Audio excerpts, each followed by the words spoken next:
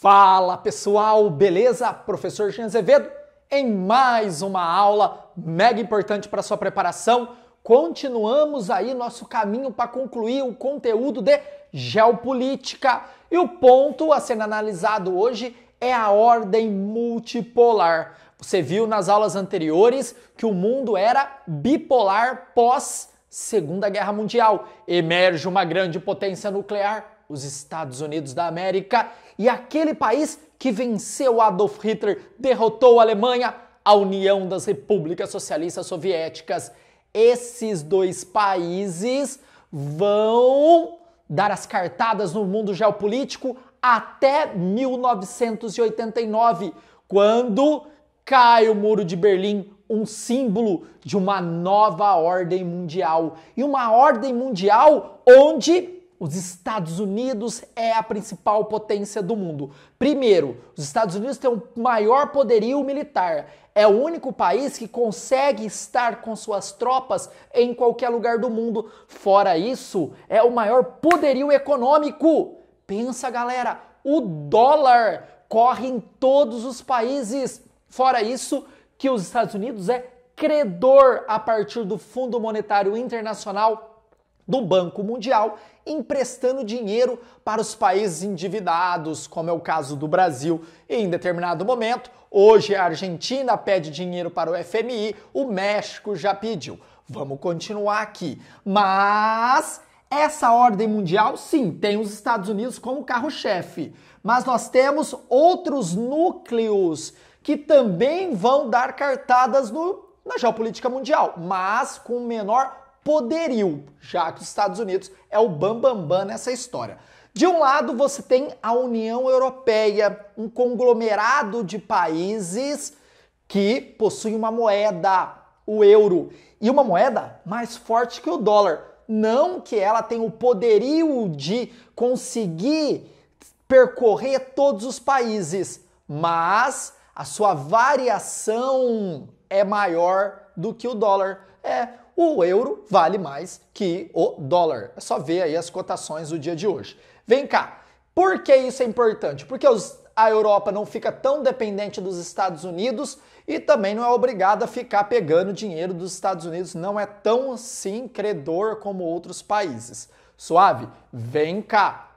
Qual é o principal país da União Europeia, aquele mais rico? A Alemanha, depois a Inglaterra e a França. É a trinca mais poderosa da União Europeia. Fora isso, a União Europeia tem a OTAN, Organização do Tratado do Atlântico Norte, mas aí gera um probleminha, porque um dos membros e o principal membro da OTAN, aquele que financia mais a OTAN, são os Estados Unidos. Então aqui, no jogo geopolítico militar, a União Europeia está 10 passos atrás dos Estados Unidos. Fora que são países menores, né? Então o contingente de soldados é menor, o investimento em armamento também é menor comparado aos Estados Unidos. Vem aqui que não terminou.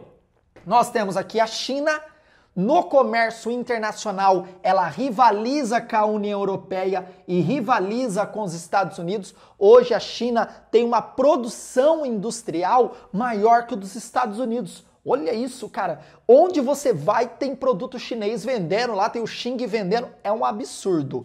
Fora isso, a China tem um poderio gigantesco com empresas de energia, principalmente de prospecção de petróleo. Hoje os chineses rivalizam com os europeus e os estadunidenses na África, na exploração do petróleo africano. Pensa, se a China quer crescer, ela precisa de energia e somente o seu território não vai suprir a necessidade do seu 1 bilhão e 300 milhões de pessoas. A classe média da China hoje é de 300 milhões. Imagina se fosse de 500 milhões, quanto não consumiria?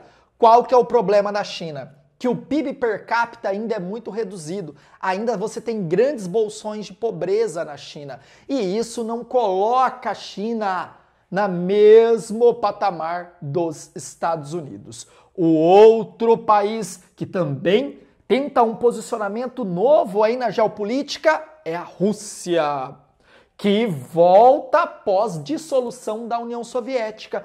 E a Rússia, o que ela tem de bambambam, pessoal? Olha aqui, um arsenal nuclear gigantesco que veio lá da disputa da Guerra Fria. A galerinha ali armazena. Agora, com Vladimir Putin, a Rússia tenta de novo falar para os Estados Unidos, ó, não é a União Europeia, não é a China que você tem que se preocupar, é comigo. Você tem vários causos aí, né, que os russos interferiram até nas eleições dos Estados Unidos, onde teve aí a vitória de Donald Trump. E aí você tem uma galerinha um pouco mais fraca fora desses três aqui. De um lado você tem o Japão, a terceira maior economia do mundo, já foi a segunda maior economia do mundo, mas o Japão, primeiro, não tem muitos recursos energéticos, tem que importar muito, tá? E não tem arma nuclear. Os japoneses colocaram na sua constituição que não pode ter armamento nuclear. Cara, faz sentido, né? Depois que eles sofreram, né, na Segunda Guerra Mundial pelos ataques em Hiroshima e Nagasaki, não tinha que ter arma nuclear mesmo, aliás, ninguém deveria ter. Né? Fora isso, o Japão ele se destaca na produção de tecnologia, né? Então na geopolítica que ele vai rivalizar com os Estados Unidos, com a China e com a União Europeia. Fora, cara, que o exército japonês ele é muito pequenininho e sempre tem que pedir apoio para os Estados Unidos. A Coreia do Norte sempre fica ali, né? Buh! Buh! Para o Japão, tentando assustar. Vou te mandar uma bombinha. E o Japão, o que ele tem que fazer? Chamar os Estados Unidos para te defender. Ó, até rimou. Fora esses grupos de países mais ricos, você tem esses dois países aqui que entram aí dentro dos grupos dos emergentes, junto com a China, mas aqui é um emergente que está acima. Estou falando de Brasil, um grande exportador de monocultura de exportação. Então, regionalmente, é um país importante, mas como assim regionalmente? Aqui na América do Sul é o único país que se desponta dentro dessa geopolítica aqui, tá? Por quê? Produz muita monocultura de exportação, produz soja, produz carne, minério de ferro. Então, nas tratativas comerciais, é um país, né, que consegue se posicionar frente às grandes potências. Fora que você tem ela, a Índia, com seus 1 bilhão e 100 milhões de habitantes, a Índia que vai ultrapassar a China, vai mesmo, cara.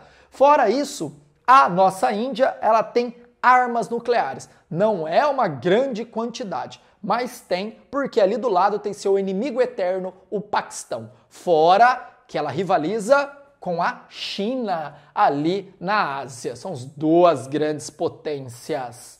Dentro dessa nova ordem multipolar, você tem a cooperação entre esses países, não somente dentro da União Europeia. Você tem a cooperação que envolve China e Rússia, eles estão juntinhos ali, né? Qualquer treta que tem os Estados Unidos, a China e a Rússia vai se opor aos Estados Unidos hoje na geopolítica. E engraçado que anos atrás, aí, décadas atrás, os caras eram inimigos mortais. A Rússia já invadiu a China, depois a China ficou amiguinha da Rússia, sempre tretava, tá? Agora são parceiros contra o inimigo maior do mundo, os Estados Unidos. Não o meu, tá? E sim nessa dinâmica aqui. Vamos lá que não acabou. Fora isso, você tem os BRICS, Brasil, Rússia, Índia, China e África do Sul. Isso aqui é um conglomerado de ajuda mútua comercial. Eles se juntaram para fazer relações comerciais entre eles e também fora desse grupo, tá? Isso aqui estava muito bem, né, quando os Estados Unidos quebra lá na crise da bolha imobiliária, aí vai emergir os BRICS como salvadores. Depois a crise chega até esses países, a China sente, o Brasil sente demais a crise e os BRICS dá 10 passos atrás, né, tá voltando a tomar fôlego aos poucos aí. Essa nova ordem multipolar aqui é a dinâmica hoje. Você percebe que tem aqui um grande país e depois você tem centros. Então, uma ordem multipolar policêntrica. Vários centros se articulando. Mas, claro, os Estados Unidos ainda olhando de cima para baixo.